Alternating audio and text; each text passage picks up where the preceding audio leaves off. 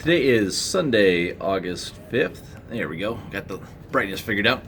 And today I went back out into the ocean. And the reason why is because yesterday some of the reports that I had heard from others was that the bite in the river was slow. So I wanted to do what was best for my customers. And we went out in the ocean and got into a bunch of fish, a lot of wild fish, a lot of shorts, even a couple mackerel. It was good. It really was. It took us an hour and a half to get our last fish, and we went through 5 pounds of bait.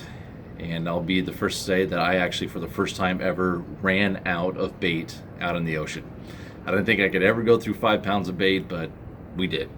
So as we started getting a little bit shorter on bait, trying to hunt down Casper, hunt down that last fish, I ended up switching over to a couple of KCPs. They're the kokanee cut plug little super baits, right? And those worked pretty well for us last year, if you saw some of the reports from last year. And we just put them behind a fish flash, any color really, fish flash. And the silver kokanee cut plugs last year seemed to do best. This year, I wanted to try a few different other colors, and the silver one still definitely works. The orange and pink one does pretty well too. And I put on the gold one, that got into a couple fish.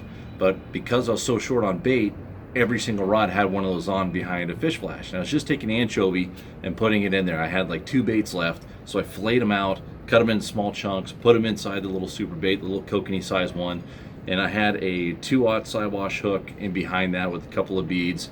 The thing was, on 40-pound test, it's barely spinning, so you had to give it a little bit more gas, but hey, it worked. And in fact, we ended up catching about 5 or 6 keepers on those kokanee cut plugs with some anchovy in it. Now, for most anglers going out there, you guys are going out and, bait is $7-8 a pound. So if you get 4 or 5 bags, it's getting expensive pretty darn quick. So this might be an option for you to maybe save on bait, or at least have in your back pocket in case you start getting low on bait. If I was going out there just fishing for myself, I think I'd probably play around with a little bit of fish nip and just cut up a bunch of anchovy, put it in there with some anchovy oil, maybe some bloody tuna, mix it all up, throw it into a Tupperware, close it up, throw it in my fridge, and fish that for an entire week. It would cost $15 for a week's worth of bait. But I don't want to test that theory. We have folks coming out here from a long ways away. The other day I had folks from Central Oregon, Seattle, all over the place.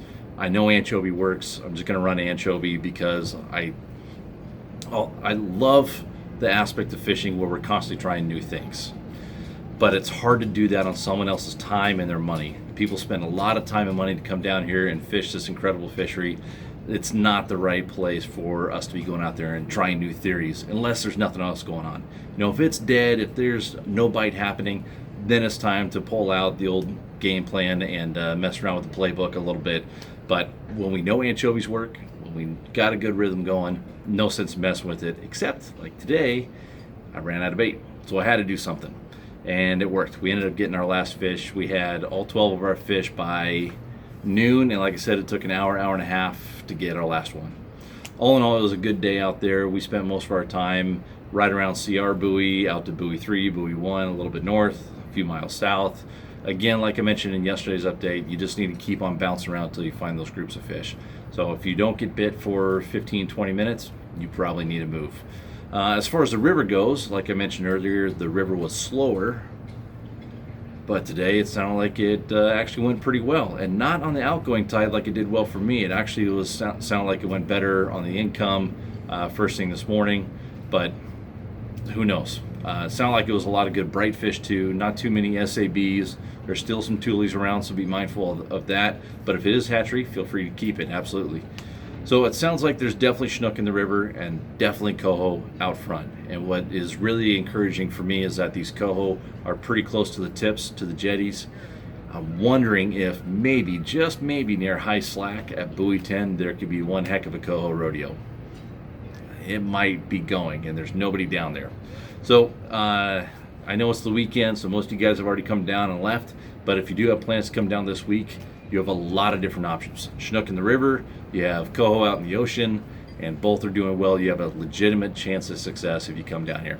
All right, guys, that's our update for today. I need to go get caught up on a bunch of emails, take a shower, and probably nap. My body's not quite used to this yet. It always seems like every year The first few days, it takes your body a little while to get into that rhythm, but once it gets going, it's just clockwork. It's Groundhog Day. So I'm gonna go shower up, take a nap, and get caught up. Later, guys.